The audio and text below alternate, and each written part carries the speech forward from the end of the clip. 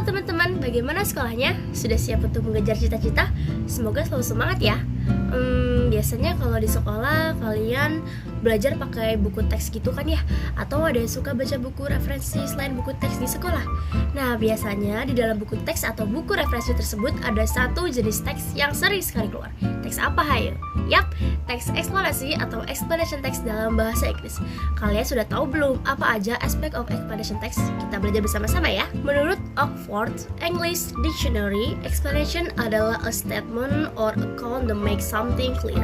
Dalam bahasa Indonesia, eksplanasi juga sering diartikan sebagai penjelasan.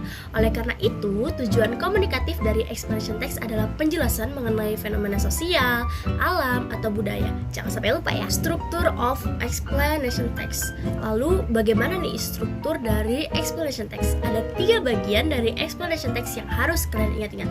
Ketiga struktur tersebut adalah general statement, sequence of the event, and closing. Pada bagian general statement, kalian harus menjelaskan informasi umum tentang topik yang akan dibahas pada teks tersebut.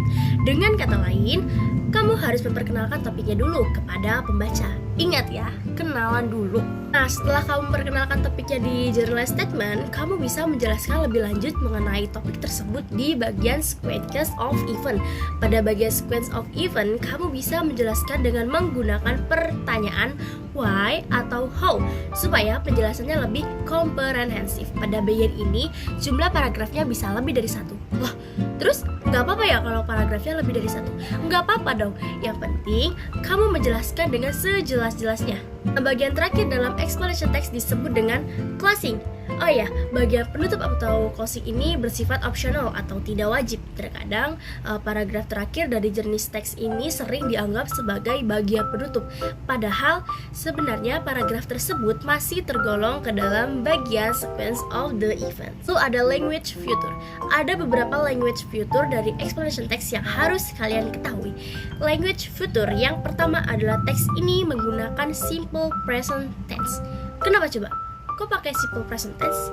Nah, teks ini menggunakan simple present tense karena teks ini menjelaskan tentang fakta. Jangan lupa ya, jangan iseng-iseng pakai jenis tenses yang lain. Language future yang kedua adalah action verbs. Teks ini menggunakan action verbs. Coba, masih ingat dengan action verbs nggak? Action verbs adalah kata kerja yang digunakan untuk menjelaskan aksi yang berlangsung. Contohnya adalah do, make, create, remove, dan lain-lain. Selain itu, explanation text juga menggunakan passive voice. Penggunaan passive voice ini bertujuan untuk menekankan fokus pada kejadian atau kegiatan yang berlangsung dan bukan subjeknya. Masih ada nggak sih language future-nya? Masih dong. Teks ini menggunakan noun phrase yang difungsikan sebagai adverbial. Adverbial yang dimaksud di sini adalah kata, frasa, atau klausa yang menjelaskan seluruh klausa dengan menambahkan informasi waktu, tempat, kondisi, cara, alasan, atau tujuan. Noun phrase ini juga dapat menjawab pertanyaan kapan, di mana, mengapa, dan bagaimana. Contohnya adalah the cause in the lining of the stomach and small intestine products and release hormones that control the function of the digestive system. Nah, frasa pertama adalah contoh dari noun phrase yang menjelaskan tempat.